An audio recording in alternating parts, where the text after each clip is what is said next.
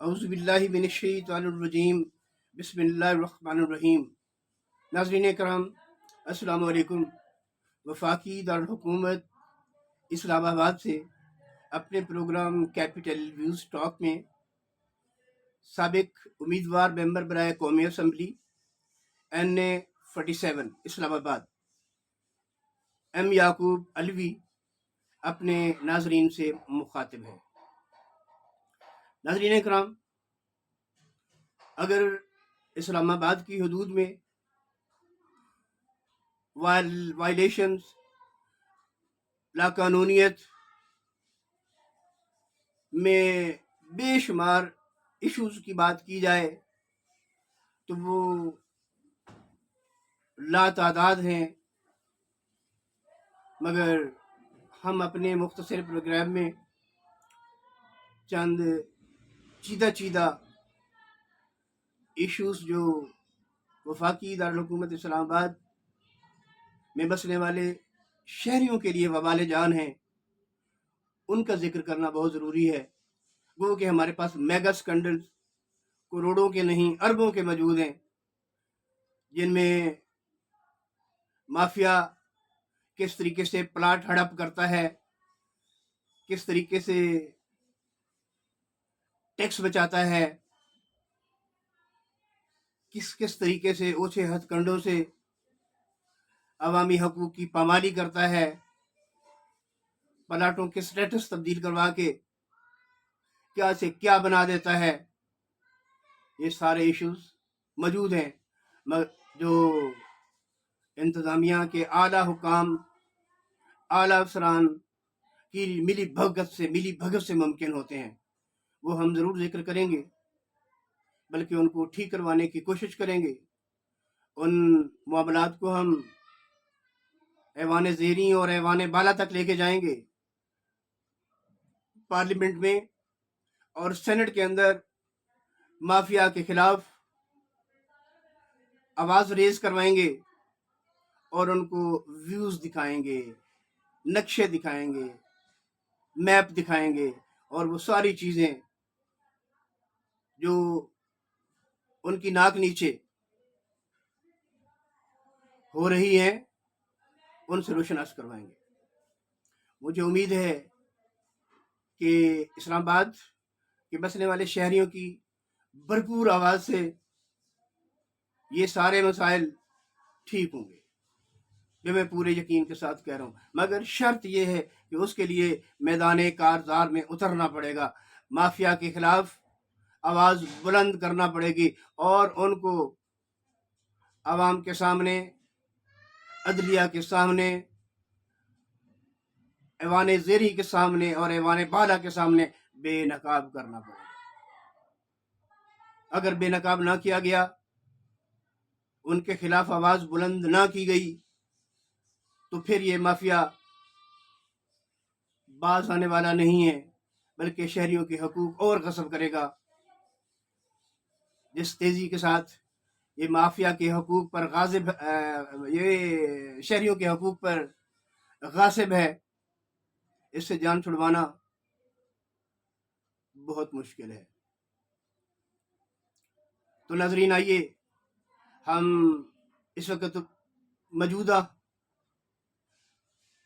Current جو issues ہیں ان کے اوپر بات کر لیتے ہیں۔